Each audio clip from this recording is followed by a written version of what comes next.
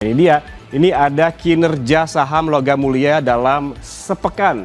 Jawabannya adalah sangat berpengaruh dan direspons negatif oleh pasar. Karena kita sekarang kan biaya ekspornya nol kalau nggak salah.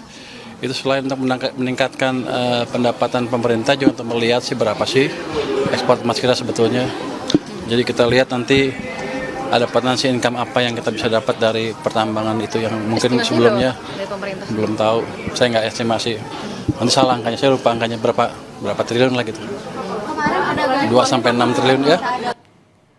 Lalu seperti apa saudara usulan tarif bea ekspor emas ini berlaku untuk jenis emas seperti apa saja? Ini datanya berikut ini saudara, ini usulan tarif bea ekspor emas.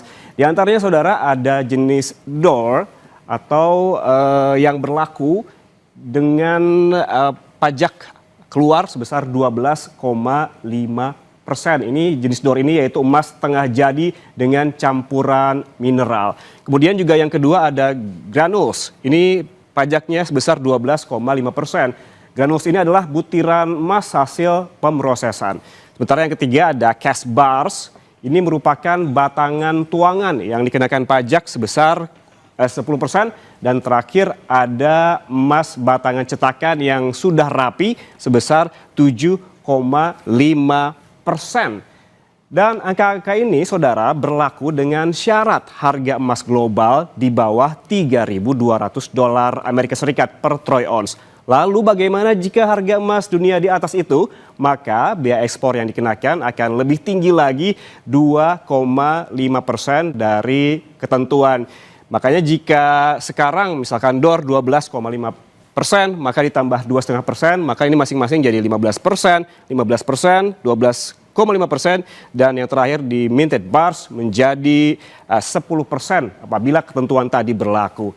Lalu seberapa besar rancangan peraturan Menteri Keuangan ini berdampak ke saham-saham Logam Mulia di Bursa Efek Indonesia? Sejak diumumkan pada Senin pekan lalu, Kompas Bisnis menyajikan data berikut.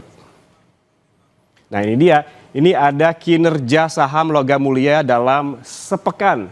Jawabannya adalah sangat berpengaruh dan direspons negatif oleh pasar begitu. Terbukti sejak diumumkan Senin pekan lalu hingga penutupan bursa pada Jumat lalu, terpantau saham-saham dari perusahaan emas ini berguguran.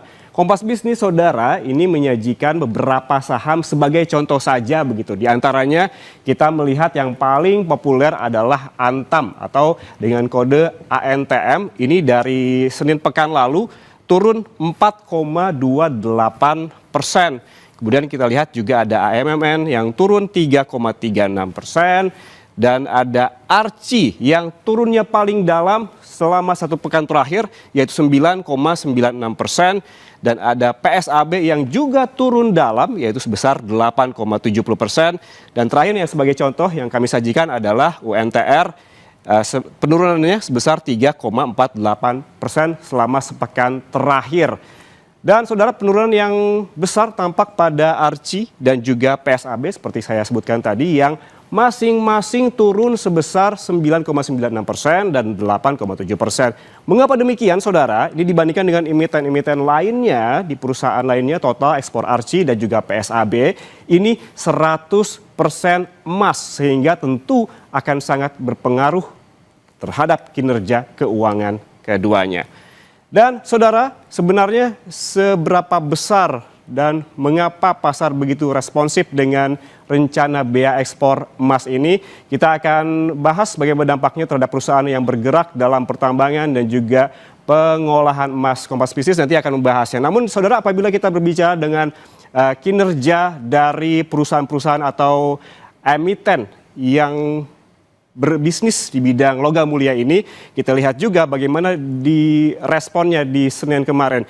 Apabila ini merupakan angka-angka selama satu pekan terakhir saudara, pada saat pengumuman itu dilakukan pada hari Senin pekan lalu, justru penurunan juga terjadi tapi tidak sedalam ini. Namun hari demi hari begitu ya selama satu pekan, bahkan di penutupan bursa kemarin penurunan ini terjadi semakin dalam. Bahkan terhadap emas Antam yang populer yang ekspornya tidak sampai 100% begitu.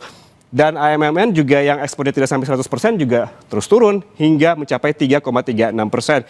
Dan yang memang luar biasa ini terjadi fenomenanya di angka 9,96% di ARCI penurunannya dan juga PSAB sebesar 8,70%. Seperti saya sebutkan tadi, dua perusahaan ini memang mengekspor emasnya begitu dan 100% emas yang diekspor.